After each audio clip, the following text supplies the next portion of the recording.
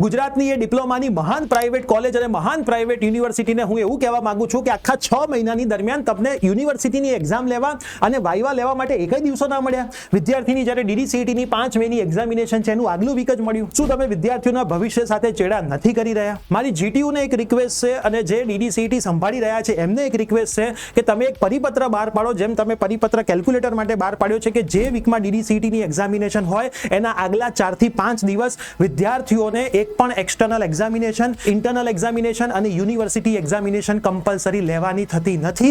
વિદ્યાર્થીઓને એટલીસ્ટ 4 થી 5 દિવસ રિવિઝન કરવા માટે, માઇન્ડ ફ્રેશ કરીને એક્ઝામિનેશન આપવા માટે આપો. બરાબર? જો ગુજરાત બોર્ડની અંદર પણ વિદ્યાર્થીઓને ગુજસેટની આગળ સમય આપવામાં આવતો હોય, અહીંયા DDCET એક કોમ્પિટિટિવ એક્ઝામિનેશન જ છે જેના આધારે જ ડિગ્રીમાં એડમિશન મળે છે.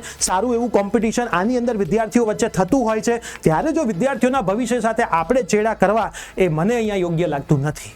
તો ગુજરાતની તમામે તમામ પ્રાઇવેટ યુનિવર્સિટી જેમણે એક્ઝામિનેશન રાખેલી છે અને GTUના જે મેમ્બર DDCET સંભાળે છે, આ વિડીયો કદાચ તમે જોઈ રહ્યા હોય તો હું તમને રિક્વેસ્ટ કરું છું કે આવો એક પરિપત્ર બહાર પાડો. ઘણા બધા વિદ્યાર્થીઓ આના લીધે હેરાન થઈ રહ્યા છે અને તમે વિદ્યાર્થીઓનું ભવિષ્ય, વિદ્યાર્થીઓનું હિત જોઈને આ એક્ઝામિનેશન રાખી હતી, ના કે વિદ્યાર્થીઓને હેરાન કરવા માટે આ એક્ઝામિનેશન રાખી હતી.